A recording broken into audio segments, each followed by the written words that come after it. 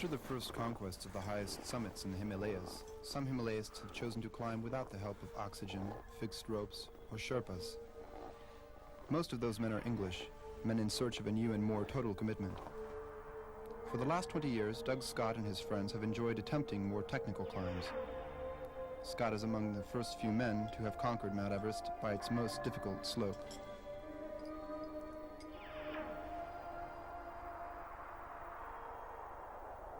Yes, I think just that type of person that does like to sort of travel and wander around. I mean, I've always been curious to sort of extend my horizon. I mean, all this sort of thing repeats itself, packing up and organising. I do get tired of that. But, and you forget, of course, how good it is to be out in the mountains. You get up to about, in the Himalaya, about 14,000 feet, and suddenly there's that bite in the air again. And the air's so clear. You're seeing mountains, one mountain behind the other. You get that lovely feeling of never-endingness, and suddenly you realise you're back. You're sort of, I'm back again, and you just forget how good it is to be up there.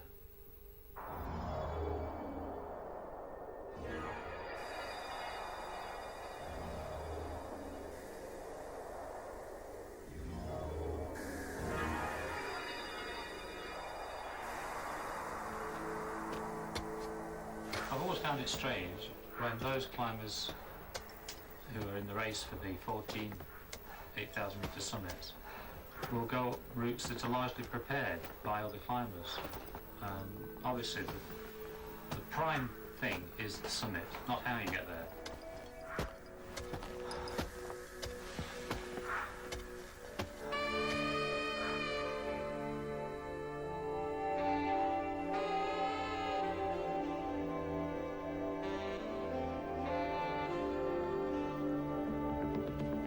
When you go alpine style, you reach a point where you are committed, where you're out on a limb, where you put your life in the lap of the gods, if you like, and where you're moving fast over a lot of different terrain, maybe, and where there's a lot of excitement. But really, it's all to do with this commitment, where you do feel cut off, where there's no rope connecting you to the ground.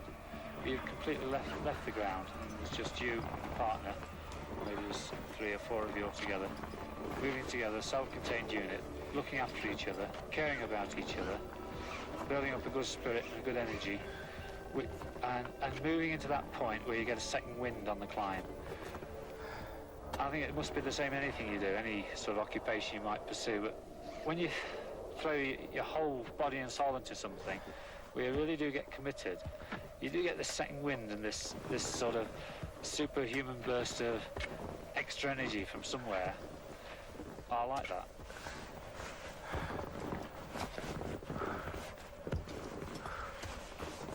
Well, I was on Makalu last autumn, a few months ago, and there were more than 50 people from 10 countries, all on the same route, and it was just as busy as Mont Blanc on a nice summer day. That's not why I've always gone to the Himalaya.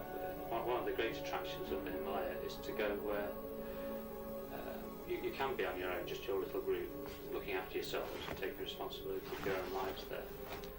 It is nice to go up to the Himalaya where you can have the whole place to yourself, you know.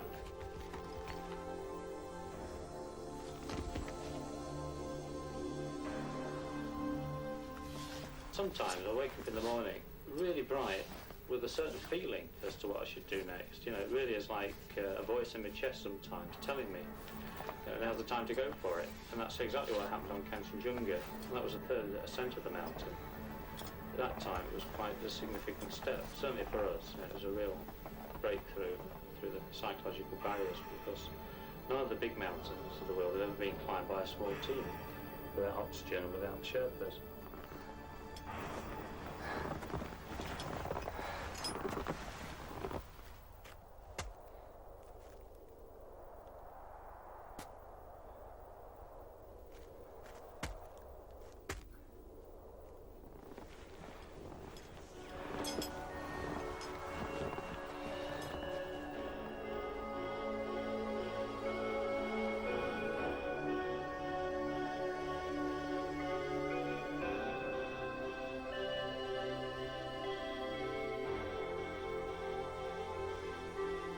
Mark Scott is addicted to traveling the world. He's already thinking about climbing other summits in Bhutan, Tibet, and even Antarctica.